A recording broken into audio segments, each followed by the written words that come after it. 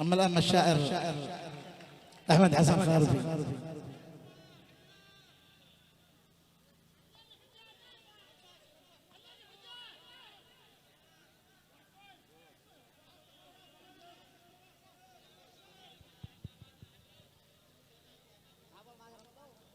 بسم الله الرحمن الرحيم. القائل: ومن آياته أن خلق لكم من أنفسكم أزواجا لتسكنوا إليها وجعل بينكم مودة ورحمة إن في ذلك لآيات لقوم يتفكرون. صدق الله العظيم وصدق وبلغ رسوله الكريم القائل: يا معشر الشباب من استطاع منكم الباءة فليتزوج فإنه أغض للبصر وأحصن للفرج ومن لم يستطع فعليه بالصوم فإنه له وجاع.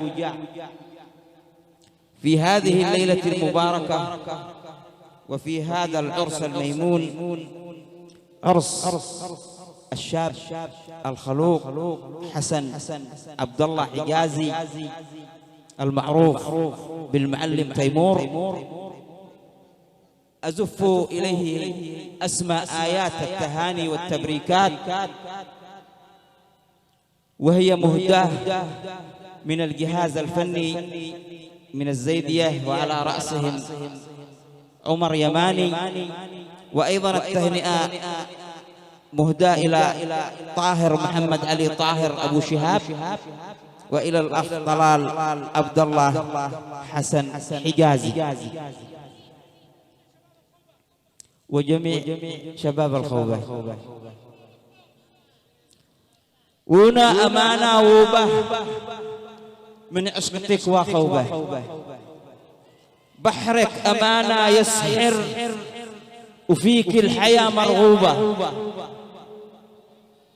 الحسن ساكن عندك لأهل البلد منسوبة، مثل العسل ذوعاني من أمجلا ومنوبة، شباب مثل الغزلان كل معه مطلوبة، خلوا الوفا مبدأهم ولبسوا أمانة ثوبه، حتى المعنى المغرم لاقى هنا محبوبة، واصبح كأنه سلطان من الهنا مشروبة، حالي أمانة جوك سل الذي حلوا به، مثل العلاج البلسم لم مبتلي دلوا به، فيك الكرم والأخلاق أيضا وفيك الطيبة، رجال فاقوا الأوصاف مثل العسل مسكوبة.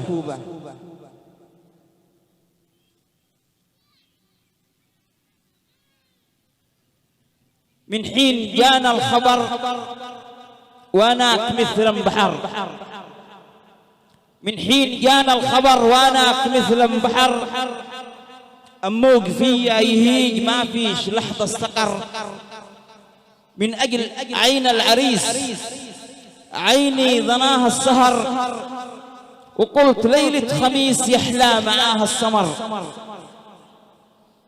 في ليلتك يا حسن هنا وهام الوتر، والعود من نغمته حرك نسيم السحر، يهناك هذا السرور، يهناك أنت القمر، أذهلت كل الحضور يا أبو الجبين الأغر، محلاك في خطرتك تسحر وتسبي النظر، مثل الملك هيبتك وسلطان هذا السمر، الله لبى دعاك سهل وساق القدر، تمم وحقق مناك، وهذا جزاء من صبر، يا ألف مبروك لك، ذا الخارفي لك حذر، وبات في محفلك ينظم بديع الصور.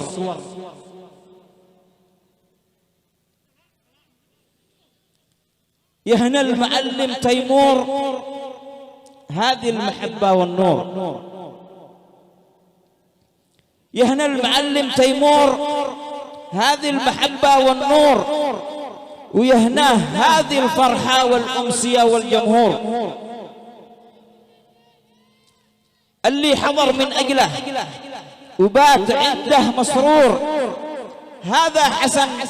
من غيره اللي في ناسه مشهور، وفي حالي طبعه واللي يحبه معذور، الكل راجي وصله واقف أمامه طابور، والخارفي في عرسه أصبح معنى مسحور، ومن أجل عينه ألف أحرف شذاها معطور. جلال يسبح فنه مثل البلابل في الدور، وعجيل نغمة عوده تسلي المعنى المقهور. أما فنون الملاح معروف أنه مغمور، ومصطفى أوزانه يشهد صداها الجمهور، وطحبول ما حد مثله كاللي يخزن مطيور. والتغطية والتصوير للصائم قبل دهور، والدوس في أشعاره خلى الحبايب بالدور. ليلى في أرض مخوبة فيها المحبة دستور، من أجل عين الغالي أعني المعلم تيمور.